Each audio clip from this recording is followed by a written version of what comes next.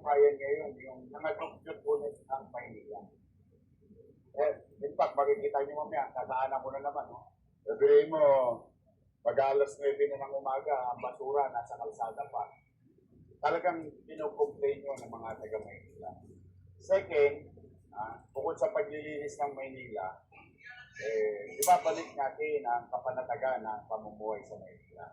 And that's why, as you all know, kung mapapansin nyo lang, bakit tayo sa Arten magsisimula?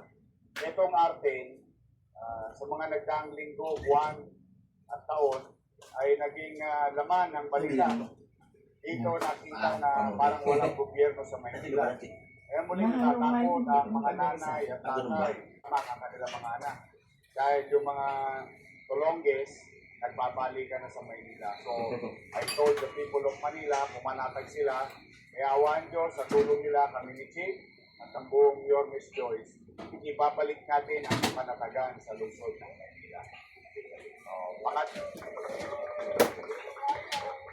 Pangatlo, kung ano yung mga nasimulan natin, and ang pamahalang lungsod under our watch, PGNI and the Yormes Joyce, magpapatuloy natin education, healthcare, and jobs. Kabuhayan, livelihood ng ating mga